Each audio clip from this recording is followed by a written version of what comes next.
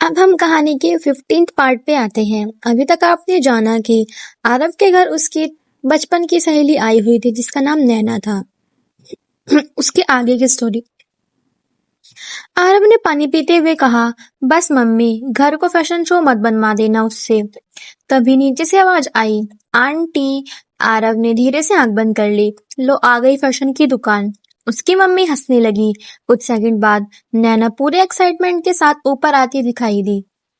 White top, blue jeans, sunglasses सर पर और हाथ में ढेर सारे बैग्स। जैसे ही उसने आरव को देखा वो तुरंत मुस्कुराई। आरव और बिना कुछ से सोचे सीधा उसको हक कर लिया। मिस मी। आरव हल्का ऑकवर्ड होकर बोला, इतना भी नहीं।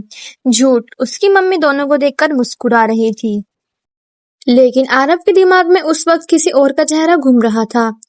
त्रिशा। नैना पूरे एक्साइटमेंट त्रिशा का। नैना पूरे एक्साइटमेंट में सीधे आरव के सामने आकर खड़ी हो गई। उसकी आंखों में वही पुरानी शरारत थी। आरव, वो ऑलमोस्ट चिल्लाई। और इससे पहले कि आरव कुछ बोलता, उससे सीधा हक कर लिया। आरव हल्का सा पीछे हटते हुए बोला और हंसा, अरे पागल। नैना ने उसे थोड़ा दूर करके ऊपर से नीचे तक देखा। हैंडसम हो गए हो बहुत ज्यादा। फिर उसने उसके बालों की तरफ देखकर हंसते हुए कहा, और अभी भी तेरे बाल वैसे ही हैं, कर्ली। आरव ने आंखें घुमाई। तुम नहीं सुधरोगी, नेवर। उसकी मम्मी नीचे से आवाज लगाते हुए बोली, नैना बेटा पहले बैठ तो जाओ। लेकिन नैना अब भी आरव को टीज करने में लगी हुई थी। वैसे कॉलेज गर्ल्स तो पागल होती होंगी तुम पर। आरव तुरंत बोला, प्लीज शुरू मत हो जाओ सुबह सुबह। नैना जोर से हंस पड़ी। ओहो, मतलब कोई है क्या? आरव कुछ सेकंड तक चुप हो गया। उसकी मम्मी ने तुरंत टीजिंग स्माइल के साथ कहा, हाँ है। नैना एकदम एक्साइटेड हो गई। व्हाट? वो तुरंत आरव के पास आ गई। कौन है, नाम बता। आरव हल्का मुस्कुरा कर नीचे देखने लगा और उसके चेहरे की वही छोटी सी स्माइल देखकर उसकी मम्मी फिर हंस दी, क्योंकि अब आरव का चेहरा त्रिशा का नाम सुनते ही बदल जाता था। उधर दूसरी तरफ त्रिशा अपने कमरे में बैठी थी। उसके सामने किताब खुली हुई थी, लेकिन आज उसका ध्यान पढ़ाई में बिल्कुल भी नहीं लग रहा था। सुबह से ही उसके चेहरे पर अलग सी खुशी थी। बार बार उसे आरव की बातें याद आ रही थी। बार बार उसे आरव की बातें याद आ रही थी।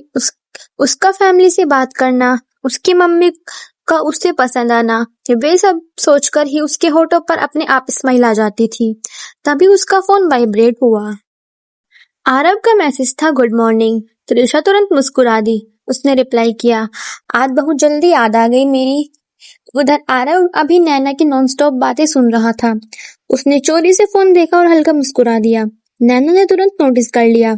ओहो, वो सस्पिशियस होकर बोली, किसका मैसेज है? आरव ने कैजुअली फोन लॉक कर दिया। किसी का नहीं। झूठ। नैना ने उसका फोन छीनने की कोशिश की, लेकिन आरव तुरंत पीछे हट गया। पागल हो क्या? उसकी मम्मी सब देखकर मुस्कुरा रही थी, लेकिन नैना के चेहरे पर अब भी क्यूरियोसिटी आ चुकी थी, क्योंकि उसने पहली बार आरव को किसी मैसेज पर ऐसे स्माइल करते हुए देखा था, और शायद उसी पल उसके अंदर हल्की सी जेलसी भी जाग गई थी, क्योंकि बचपन से ही वो हमेशा सोचती थी कि एक दिन आरव सिर्फ उसी का होगा। उधर त्रिशा बालकनी में खड़ी आरव के रिप्लाई का वेट कर रही थी। कुछ सेकंड बाद मैसेज आया, आज घर में एक तूफान आया हुआ है। त्रिशा कंफ्यूज्ड हो गई। मतलब? आरव ने रिप्लाई किया, नैना आई है। त्रिशा ने नाम पढ़ा और कुछ पल चुप रह गई। पता नहीं क्यों उसके दिल में अचानक हल्की सी बेचैनी हुई। आरव ने जल्दी से त्रिशा को एक और मैसेज भेजा, बाद में बात करता हूँ, घर में सबके साथ बिजी हूँ। त्रिशा ने बस ओके रिप्लाई किया, लेकिन पता नहीं क्यों उसके दिल में हल्की सी बेचैनी रह गई। उधर नीचे हॉल में नैना पूरी तरह से अपने पुराने अंदाज में थी। कभी आरव के पास जाकर बैठना, कभी उसकी स्लीव्स खींचना, कभी उसके बाल खराब करना। वो जानबूझकर उससे जरूरत से ज्यादा क्लोज होने की कोशिश कर रही थी। याद है, स्कूल में सबको लगता था कि हम दोनों फ्यूचर कपल बनेंगे। नैना हंसते हुए बोली। आरव ने तुरंत कहा, लोगों के पास तो और काम नहीं था शायद। उसकी मम्मी हल्का मुस्कुरा रही थी, लेकिन वो नोटिस कर रही थी कि आरव उतना कंफर्टेबल नहीं लग रहा था। नैना फिर उसके बिल्कुल पास आकर बैठ गई। वैसे सच बताओ, कौन है वो लड़की? आरव पानी पीते हुए बोला, तुम्हें क्यों जानना है? Because I am curious. फिर टीजिंग स्माइल के साथ बोली, या फिर मुझे जेलस होना चाहिए? आरव ने उसकी तरफ देखा और शांत आवाज में कहा, जेलस होने की जरूरत नहीं है, लेकिन हाँ, वो मेरे लिए इम्पोर्टेंट है। उसकी बात सुनकर नैना कुछ पल तक चुप रह गई। उसके चेहरे की स्माइल हल्की सी फीकी पड़ गई, क्योंकि उसने पहली बार आरव की आवाज में किसी और के लिए इतनी सीरियसनेस महसूस की थी। लेकिन अंदर ही अंदर उसने ठान लिया था कि वो इतनी आसानी से पीछे हटने वाली नहीं है। शाम तक नैना पूरे घर में ऐसे घूम रही थी जैसे वही घर की सबसे खास मेंबर हो। वो बचपन से ही इस घर में आती जाती रहती थी, इसलिए हर चीज उसके लिए एक फैमिलियर थी। लेकिन इस बार उसके मन में कुछ और ही चल रहा था। उसे बार-बार एक ही बात परेशान कर रही थी। कौन है वो लड़की जिसने आरव को बदल दिया? तभी आरव की मम्मी मुस्कुराते हुए बोली, नाना बेटा, चलो तुम्हें तुम्हारा रूम दिखा दूं। सेम वाला, सामने वाला? नैना ने पूछा। हाँ। दोनों ऊपर चली गई। रास्ते में जाते जाते नैना की नजर आरव के कमरे पर पड़ी। डोर खुला हुआ था। मैं देख सकती हूँ? उसने कैजुअली पूछा। हाँ हाँ, क्यों नहीं। नैना धीरे धीरे आरव के कमरे में अंदर गई।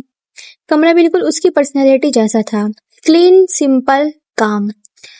टेबल पर बुक्स रखी थी, बेड परफेक्टली सेट था और साइड टेबल पर उसकी वॉच और परफ्यूम रखा था। नैना कमरे में घूमते हुए हर चीज ऑब्जर्व कर रही थी।